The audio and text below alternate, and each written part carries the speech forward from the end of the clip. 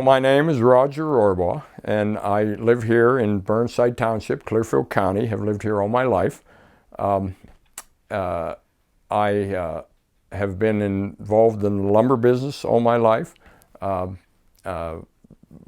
father started a business. My brothers and I got involved and have done that our whole career. I am married. My wife is Melanie. She has one son. I have four children, excuse me, you'd think I'd know. Three boys and a girl. They're scattered like to the 4 points of the compass. I have one in Pittsburgh, one in Richmond, Virginia, two in Colorado. So we are kind of spread out. As I said, I've been in the lumber business here, and that's why we're here today to talk about that. So a bit of family history. My grandfather, born in a log house not far from here, and in those days he farmed and logged. In the wintertime they often logged to supplement their income, and he farmed. My father, after World War II, worked in the coal fields for a few years, and then he and his brother-in-law bought a sawmill and set it up in Deer Run, not far from here, Burnside Township, and did that for a few years. They parted company. My dad kept a sawmill and bought a couple acres of land in Burnside from Aaron Clark, set a sawmill there in the late 1950s, and we have been in that site ever since.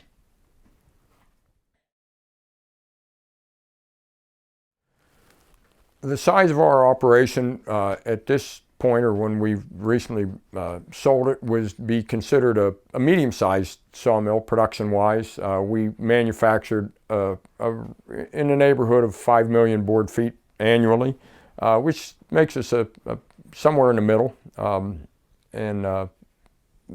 As far as the industry goes, that's about right.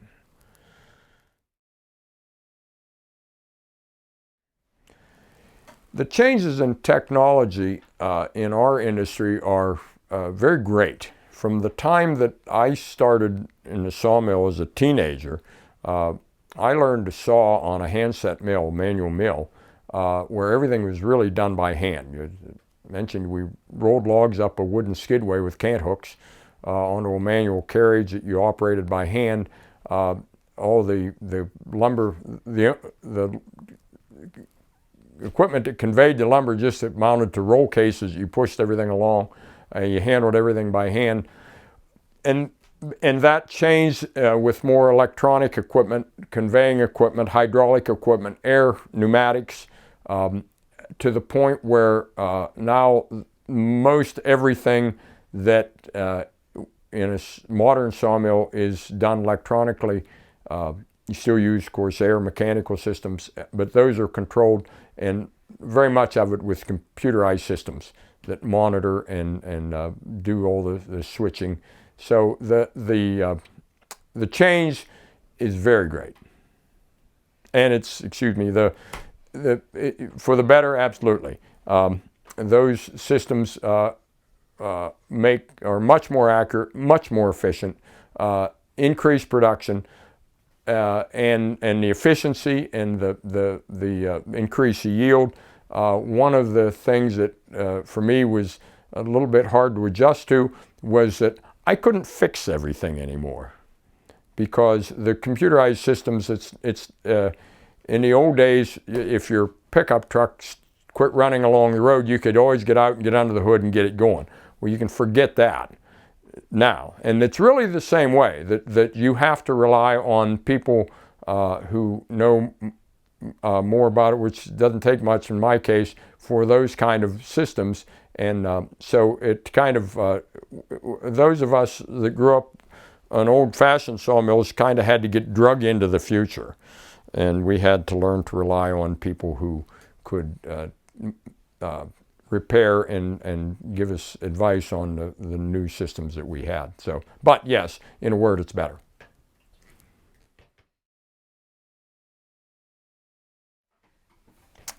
Well, personally, for me, of course, I grew up with the business and I grew up around it, but that doesn't necessarily mean that you're going to stay with it.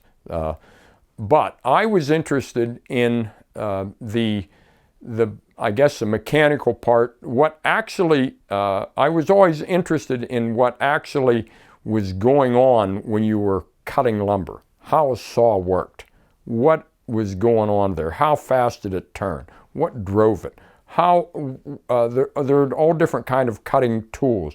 What makes them different? How does that happen? How do you make that big saw cut that wood and do it so accurately? And just that part of it was interesting to me. It was the kind of the technical part of it. I know even my brothers who were inclined to do different parts of the business would kind of wonder how maybe another sawyer and I could sit for an hour and talk about saw teeth.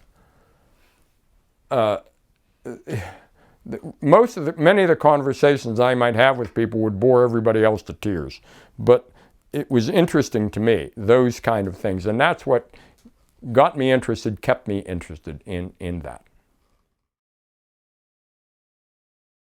What the biggest differences are, there are a number of them, and technology certainly is one, and that's very obvious with every industry, even in your home or in your personal life, but also were the markets that changed. When we were in it earlier, and my dad, he sold mainly, other than a few little local markets, just the local folks for lumber around a farm or something, mostly to larger companies, be them coal mines or larger furniture plants, things like that.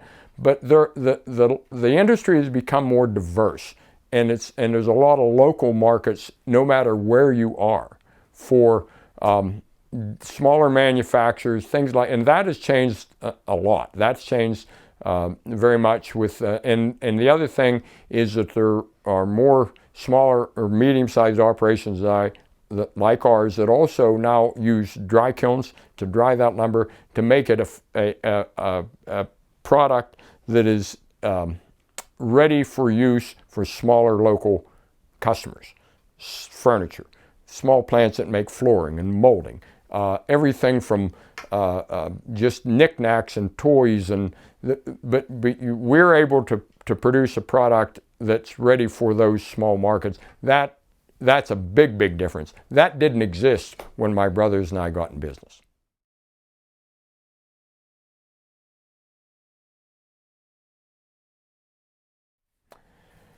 Well, yes, I've really done about everything. Earlier on, as we were getting started, I did more, actually worked in the woods. I was logged, drove truck, and some of the time during that time, we didn't run the mill 5 days a week sometimes, and so I might work in the woods a few days, and then we would run the mill some more. That was early on. So I've done a little bit of all that. I've logged, I've trucked, but mostly my forte was the sawmill, and that's what I was just inclined to do. And I actually, when I was a teenager, and we were down around the mill and helping Dad, and I mean, 15, 16 years old, I'm in the mill, and I always kind of joked that my mother probably thought I was just down there sweeping the floor or whatever, but I was running the edger and I was pounding lumber in the back of the mill. And my dad was more inclined to be a logger and a trucker, and of course he could run the mill, but that really wasn't his favorite. And he had a gentleman that had been his sawyer for years that more or less retired, but he would come down and help, an older gentleman. And he would come down and help, nice old fella, and listen to me, an old fella. He kind of became my mentor. He knew I was interested, and he more or less took me under his wing, and he began to show me things about sawing and how to keep a saw up and how a sawmill needs to be lined up to be accurate. And he really taught me how to saw. He taught me all those things, and I learned from him. And when I was 16 years old, I was sawing some, and my dad would be sawing. Somebody might stop to see him for some reason or whatever, and I would just go up and saw on the old manual mill. And by the time I got out of school, I was sawing most of the time, And I've just really been a sawyer ever since, and done everything else in and around the sawmill. And then you really kind of take over doing that, and then you were also become a plumber and an electrician and everything else to keep the things running. I guess I always would joke to my guys, you know, if something broke down, I really didn't know any better than other than just fix it. And so anyway, that's how I ended up doing that.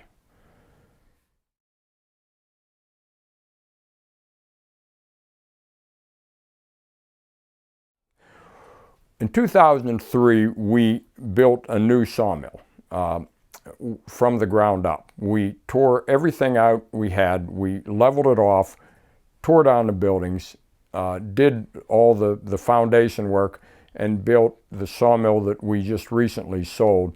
And that was a major undertaking. It was a very big project, and we really moved up a number of notches from production-wise and just industry-wise. And so that was a very large undertaking for 3 guys to do. It was a very expensive project, and we were to the point where, like in a poker game, you either have to fold or bet. And we decided to bet. So that was a big deal, a very big deal. And we did it, and it worked well. And so I would say that's it. That was the big deal.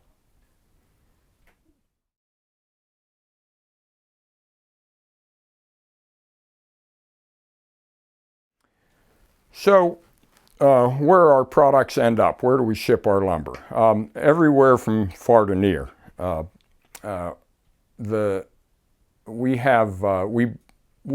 We became an exporter when we installed the dry kilns, not right away, but as time went on, we have exported container loads of kiln-dried lumber to mostly to China, the Chinese markets, and some other Pacific Rim, Vietnam, some there, mostly to China.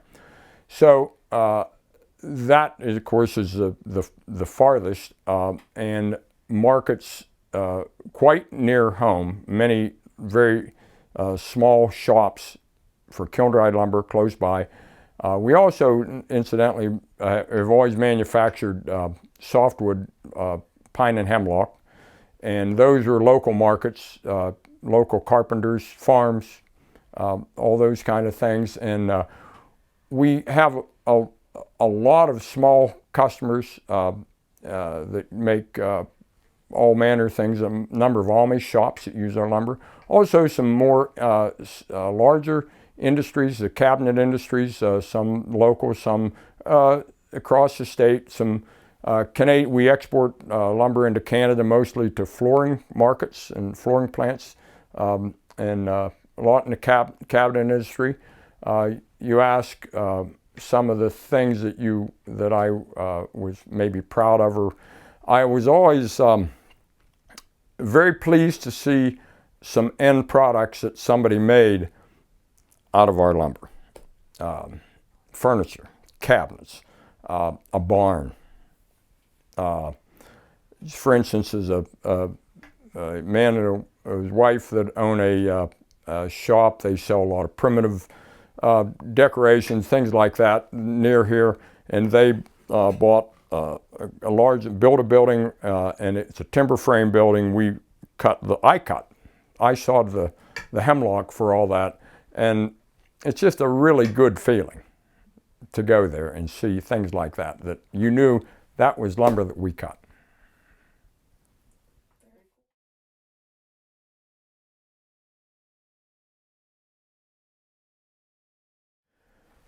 So a hurdle,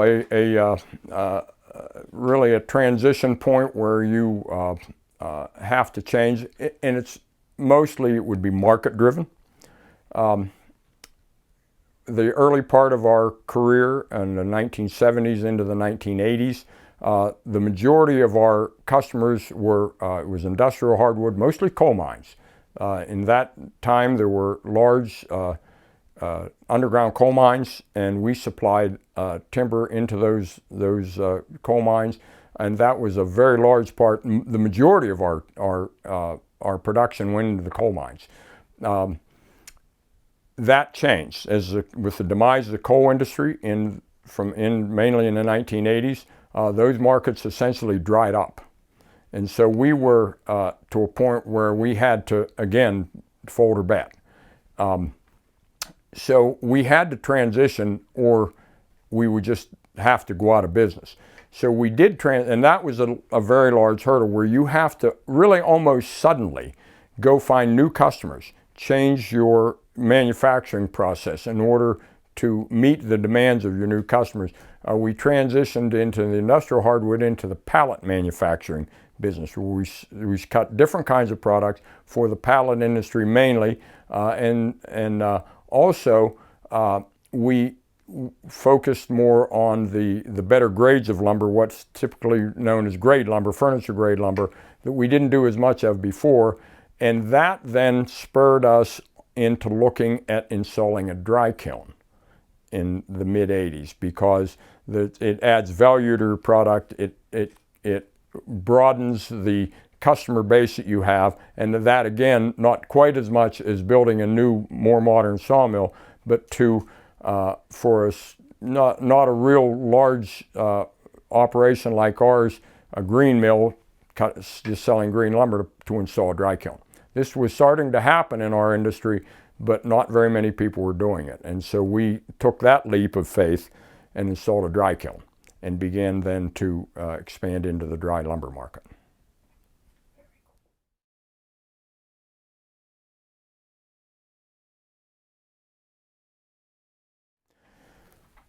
So what do I see as the future of the lumber business? Well, one of the problems I've always had is my crystal ball's never been clear enough.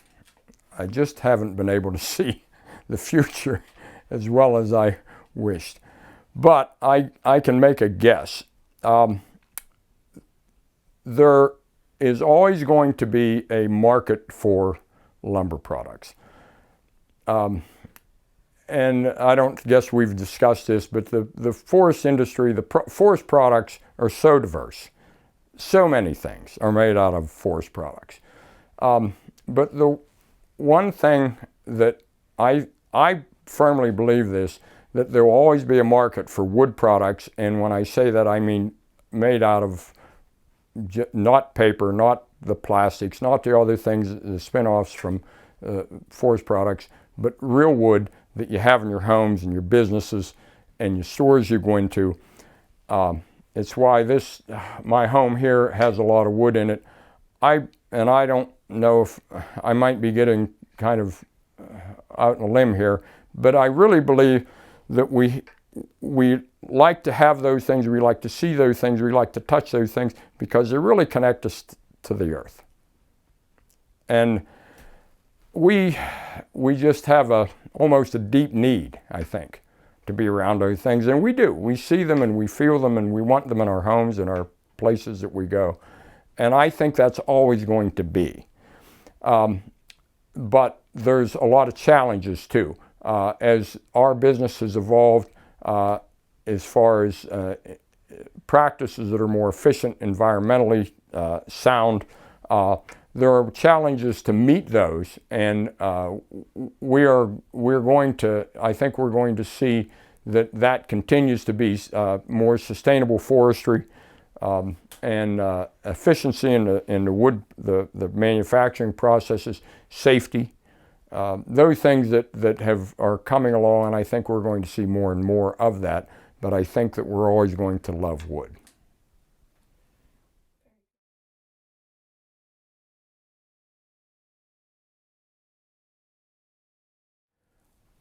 So how do we pass this on to the next generation and succeeding generations to have careers in the forest product industry? I think it's like anything else. I think it's primarily education. That it's almost in some ways a hidden industry. It's a very large industry in Pennsylvania, in the Appalachian hardwood region. Many times people don't consider how large of an industry it is and how diverse of an industry it is. That we can it's not just cutting trees down the woods and running them through a sawmill. There's so much more to it. All the many different secondary industries, and it's a good industry. It's hard work. It's dedication. It's logging is one of the toughest things, but it's good, honest work, and it's outside. And I think that that the more people see and understand what a vital part of our economy it is, that more people may be interested, and young people may be interested in being a part of that, and it is important. But I think education has a lot to do with that. Communication.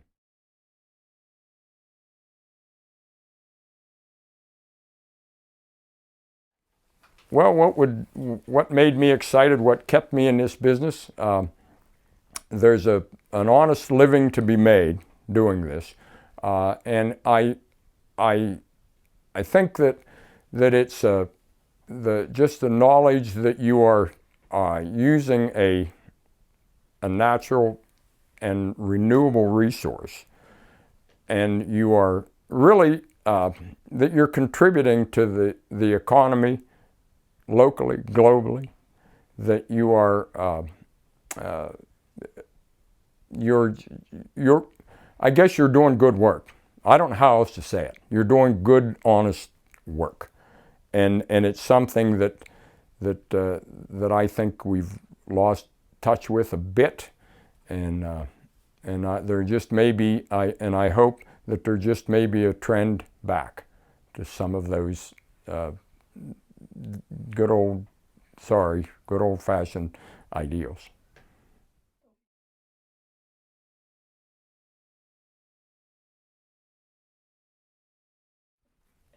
Well, the environmental impact, and there's a lot to it. When you the old saying, you can't make an omelet without breaking eggs.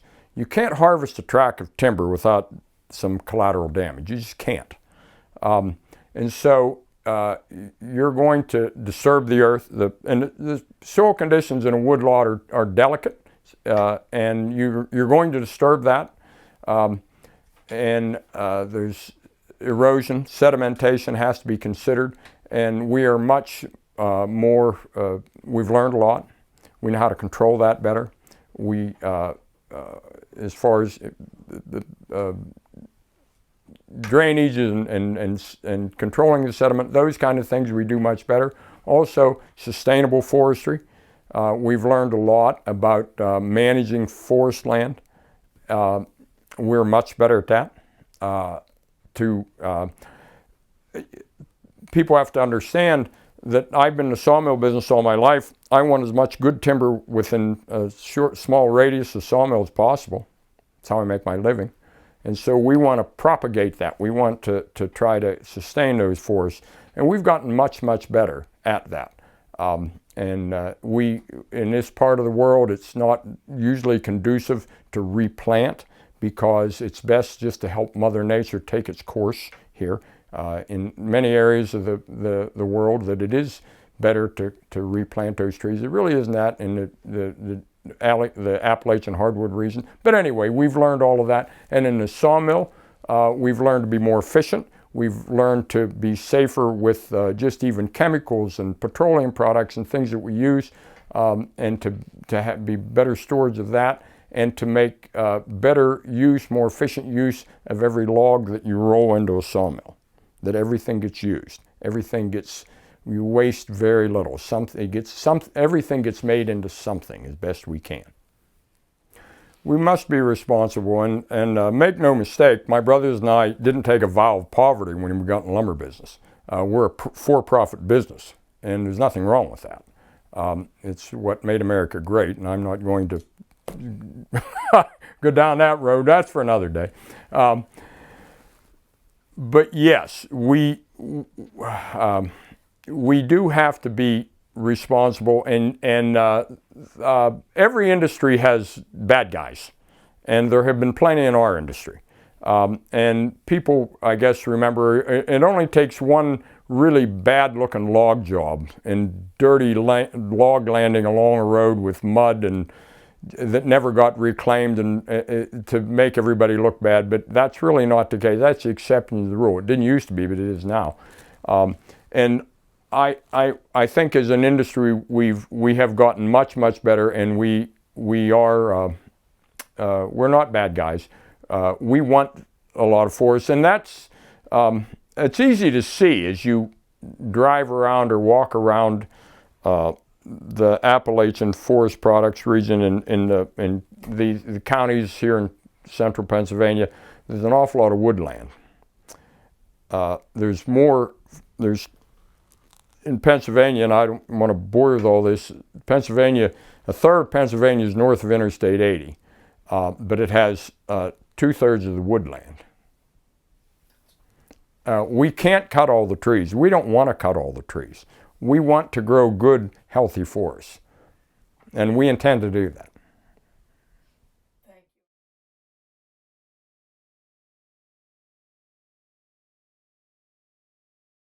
you.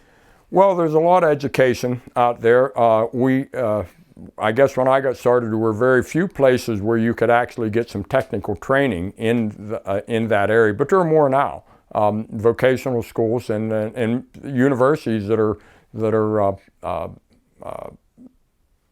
teaching such things. The first one I ever encountered was many years ago at what is now it's Penntech, used to be Williamsport Community College, had a sawmill program. I was there. I actually helped there a couple times and helped to train some students that were there. So there's more of that available, and but still a lot of it in our industry is really on-the-job training. And I think, and I would encourage people that are in this business, regardless of what aspect that is, to be willing to teach and to bring new people in and to teach and to show them. And I think that's, so there's two. There's the technical training that you can hire, and there's also a lot of on-the-job training, and I think most owners and mill owners and anybody in the industry are very willing to teach, and I think that needs to be encouraged too. All right.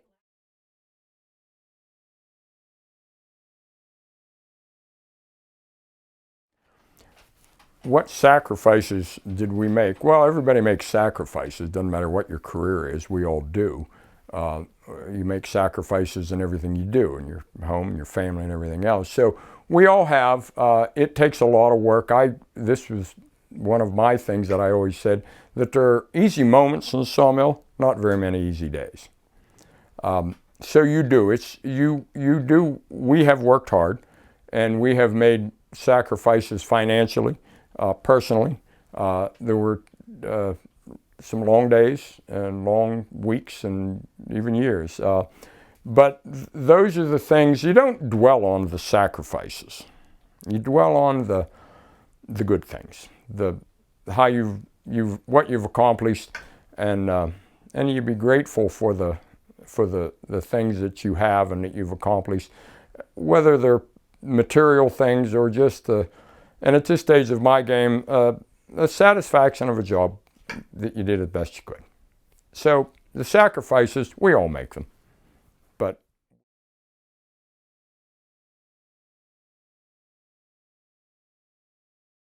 the timber industry is long, and it's really how much of this state in this part of the world got where it is, because of the trees, because of the timber, because of the forest. It has a long, rich history, and I'm proud to be a part of that. And I hope that it continues, and that the industry only gets better. That's about it.